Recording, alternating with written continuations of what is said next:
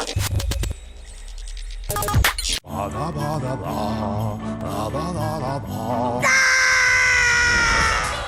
guys, it's Matt Casamassina here, and I am going to give you a video review of Rayman Raving Rabbids. This title comes from the Beyond Good and Evil team, and also the team that created King Kong. It's led by Michel Ancel, and he's the creator of Rayman, actually.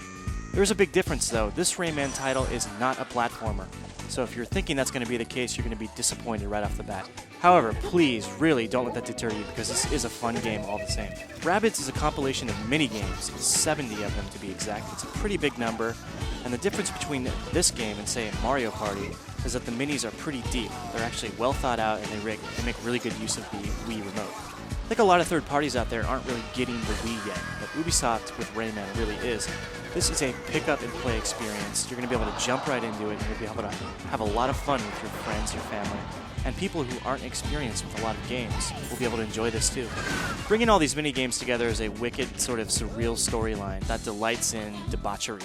It's a Rayman title, but really the stars of the game are the bunnies. They've got so much character, so much personality. Ubisoft has worked overtime to create these guys, and it shows. The bunnies are at the center of the storyline. Basically, they arrive from the underworld, kidnap Rayman, throw him in prison, and he's got to compete in a series of mini-games to win their favor and eventually escape. It doesn't make a whole lot of sense. You're actually gaining plungers, which you're stacking up in your cell, and eventually you're going to climb out. But there's a lot of humor to it. You're going to smile, you're going to laugh. The minigames themselves are really varied, I think. Like I said, you've got 70 of them, and there's everything from on-rails first-person shooter levels, which I really love. There's a series of these, and you'll be able to play them with up to 4 people, so enjoy that. In addition to those, you've got, say, a choir of singing bunnies, and one of them is actually singing out of tune, so you have to use the Wii remote to smack them upside the head. It's a lot of fun. And as another example, there's cow tossing, which you've probably seen in videos already, but it's funny. You basically use the Wii remote, spin it like a lasso, and then release at the right time to send this cow flying into the air.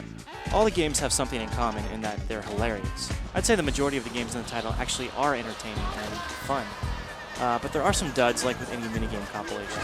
For instance, you've got a title where you have to guide a pig through a battlefield using the Wii remote's internal speaker. We tried 2 different remotes, and the problem here is that we could never actually hear the audio cues, and therefore we always got blown out. Overall, though, I think you're going to be really pleased with the selection here, and actually, if you're into multiplayer games, you can hook it up with up to 4 people and have a go. Visually speaking, this is one of the better looking titles on Wii. It comes from the IGN team, so these guys know what they're doing.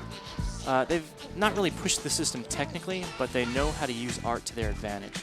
So not only does it feature some of the best character designs this generation, the bunnies I think are probably better than most mascots you find in games today. But on top of that, you've got fluid animation, you've got nice particle effects, you've got some good lighting effects. Everything's coming together here. The big downside is that it doesn't run at 60 frames a second. Actually, it sort of runs 30 frames most of the time, and occasionally it dips depending on your minigame. One thing we found out, which is kind of disappointing when we were testing on our equipment, is that the game actually does not run in 480p as we had hoped and expected. So that's unfortunate. However, it does run in 16:9 widescreen mode, so that's at least something. Overall, it's a great game, and I don't want you to avoid it simply because it's not a platform.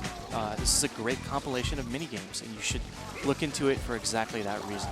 The bunnies are hilarious, and we gave it an 8.3, so check it out.